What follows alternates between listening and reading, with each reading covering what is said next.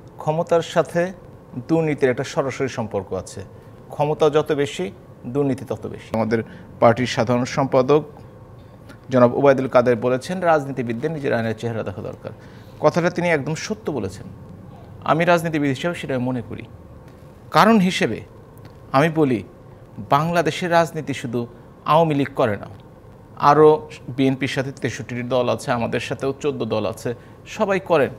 এবং সবাই যদি নিজেদের দিকে তাকান, তাহলে অতীতে যে সমস্ত ভবনের কথা শুনেছি, সেই ভবনগুলোর দিকেও দৃষ্টি যায়। তবে একটি কথা, উনি কিন্তু এটা বলেই থেমে যান নাই। তিনি বলেছেন দুর্নীতির ক্ষেত্রে বোঝাতে চেয়েছেন যে শুধু আমলা নয়, শুধু রাজনীতিবিদ নয়, যে কোনো পেশা, সে সাংবাদিক হতে পারে, চিকিৎসক হতে পারে, ইঞ্জিনিয়ার হতে পারে, কেউই যদি দুর্নীতি করে নিজের আইনের চেহারাটা একটু দেখুন। তিনি বোঝাতে চেয়েছেন, হয়তো এক লাইন আমরা উল্লেখ করি কিন্তু পুরো বক্তৃতা আমরা বলি না। এখন কথাটি হচ্ছে যে আজকে যে হাইকোর্টের অর্ডারটি হলো বা রুল জারি হলো, এটা কিন্তু হাইয়েস্ট কোর্ট না। আমরা অতীতে দেখেছি যে হাইকোর্ট এস আলমের বিরুদ্ধে তদন্তের নির্দেশ দিয়েছিল, পরবর্তী উচ্চ আদালত কিন্তু সেটা স্থগিত করেছে। আজকে যে তারা রুলটি দিয়েছে, যে সিদ্ধান্তটি দিয়েছে, সেটি আমি ব্যক্তিগতভাবে সমর্থন করি এবং মনে করি এটাই হওয়া উচিত। আমাদের চাকরির বিধিমালায় আছে 5 বছর পর পর সম্পদের বিবরণী দিতে হবে, এবং প্রমোশনের আগে আবার স্পেশালি অনেক সময় নিয়ে থাকে, সেটা দিতে হবে। এটা আপত্তি করার কি আছে? নগদের কাছে সব গ্রাহকই প্রিয়, তাই তো সারা দেশে ক্যাশ আউট চার্জ সবচেয়ে কম। আমি আজকে একটি সরকারি অফিসে গিয়েছিলাম অনেক বছর পরে, অনেক বছর না, অনেক মাস। আমি এমপি হওয়ার পর সরকারি অফিস আদালতে যাইনি, তবে আজকে একটি অফিসে গিয়েছিলাম, যে অফিসটির বেশ দুর্নাম আছে। আমি যে সত্যিকার অর্থে খুশি হয়েছি, আমি দেখছি ঢাকা ইউনিভার্সিটি, বিভিন্ন পাবলিক ইউনিভার্সিটির ফার্স্ট ক্লাস ফার্স্ট সেকেন্ডরা জুনিয়র অফিসার হিসেবে জয়েন করেছেন, এবং তারা আমাকে বলেছেন, আমি বলছি আপনার অফিসে আসতে আমি ভয় পাই। ওনারা বলেছেন 5 বছর পর এই অফিস বদলে যাবে।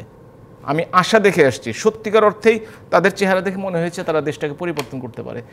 শুধুমাত্র আমি জানি না কতজন, কিন্তু যে কয়জনের জন্য তাদের বিভাগগুলি কালিমা লিপ্ত হচ্ছে, যাদের সমালোচনা করা হচ্ছে, তাদেরকে অবশ্যই ব্যক্তিগত তাদের দায় দায়িত্ব তাদেরকে নিতে হবে। কোনো সংগঠন সেটা নিতে পারে না। কিন্তু এই যে আপনি বললেন যে উচ্চ আদালতে যে এটি আসলে খারিজ হয়ে যেতেও পারে, না আমি সেটা বলিনি, আমার মনে সন্দেহ। হ্যাঁ, আপনার আমরা যদি নিশ্চয়ই, কিন্তু ঘটনা হচ্ছে, হ্যাঁ আমরাও মনে করি যে এটা হয়ে যেতে পারে। কারণ আপনি যে প্রথমে যে লাইনটা বললেন যে ক্ষমতা আসলে যাদের কাছে বেশি তাদের কাছেই সব, তাদের কাছেও দুর্নীতি, তাদের কাছেই সমস্ত কিছু। কিন্তু এইটা আমার আদালত পর্যন্ত কেন গেল?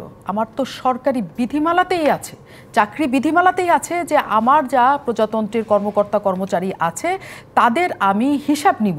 সেই হিসাবটা কেন সরকার নিতে পারে না? কোথায় কোথায় থেকে যায়?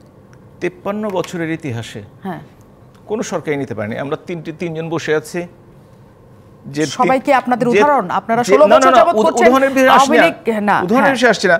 আমরা এই 3টি দলের যারা সদস্য কর্মী, তাদের এই 3টি দলে কিন্তু ক্ষমতায় ছিল, কোনোদিন তারা নেয়নি।